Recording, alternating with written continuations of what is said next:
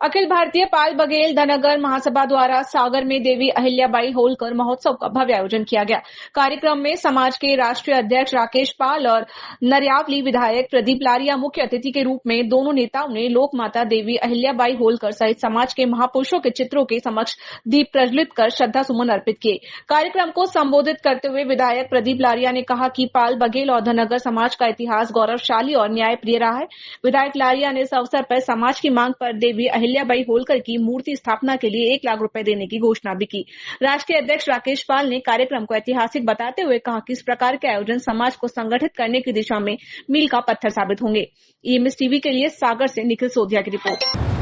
देखिए, आज मातेश्वरी अहिल्याबाई होलकर का जो जन्मोत्सव पूरे केवल सागर में नहीं, पूरे हिंदुस्तान में और ख़ास तौर से हमारी जो विश्व की सबसे बड़ी पार्टी है भारतीय जनता पार्टी और हमारा जो संगठन है बेस आरएसएस, ये दोनों का काम इस अहिल्याबाई होलकर शताब्दी जो शताब्दी 300 वर्ष 300वीं जन्म उत्सव मनाने जा रहे हैं। तो इसको इस पूरे मई माह को इसको सरकार स्तर पर, संगठन स्तर पर व्यापक रूप से सरकार ने भी मनाने का निर्णय लिया है। इसके लिए हम हृदय से इस देश के प्रधानमंत्री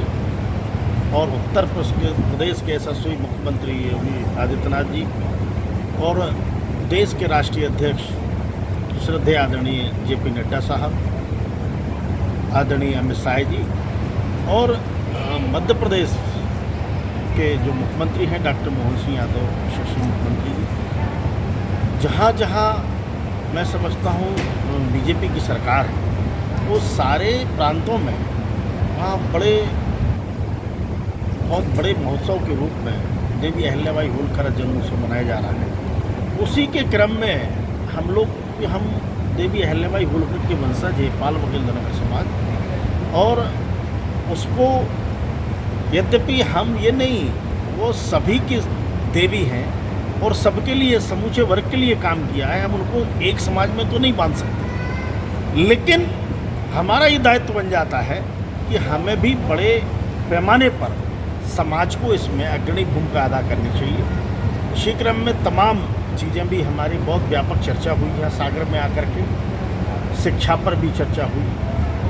और राजनीतिक क्षेत्र में भी चर्चा हुई। यहाँ समाज का निश्चित रूप से मैं ये मानता हूँ कि हमारा ये बुंदेलखंड का ये पिछड़ा इलाका है और समाज की स्थिति राजनीतिक, शैक्षिक, आर्थिक रूप से पिछड़े हुए हैं, लेकिन कुछ लोग, अच्छे लोग काम करने वाले हैं, मिले हैं और वो निश्चित रूप से अब इस दिशा में काम करेंगे और समाज को शैक्षिक रूप से, आर्थिक और राजनीतिक रूप में समाज की कैसे हमें उन तमाम बिंदुओं पर चर्चा हुई है, उस पर आगे आने वाले समय में हमें लगता है कि सागर जो पिछड़ा क्षेत्र है समाज का, ये निश्चित रूप से आगे भागीदारी अपनी सुनिश्चित करेगा, सक्रिय रूप से अपना सक्रिय भूमिका अदा करके, और निश्चित रूप से ये जब सक्रिय रहेगा तो भागीदारी इनकी जो संख्या का अनुपात है उस अनुपात से मिलेगी। और ये भी इस मई के माह में ये भी बात हुई है कि यहाँ देवी अहिल्याबाई होलकर का एक मूर्ति की स्थापना के लिए तय किया गया है और वो सागर मुख्यालय तय किया गया है। निश्चित रूप से हमें उम्मीद है कि हम ये आगामी 31 जो मई है, उस 31 मई के पहले इस जयंती जो समारोह होगा उसमें ये मूर्ति की स्थापना होगी। हमारा पाल समाज द्वारा अहिल्याबाई होलकर महोत्सव का आयोजन किया गया है। मुझे भी आज यहाँ पर आने का अवसर प्राप्त हुआ है और निश्चित तौर पर एक अच्छी पहल है। मैं समाज के बंधुओं को बधाई देता हूँ, शुभकामना देता हूँ और राष्ट्रीय स्वयंसेवक संघ और भारतीय जनता पार्टी की सरकार अहिल्याबाई होलकर की 300वीं जयंती के अवसर पर अनेक कार्यक्रम, उनके यश गाथा और उनके जो कार्य किए हैं उनको लेकर आम जन में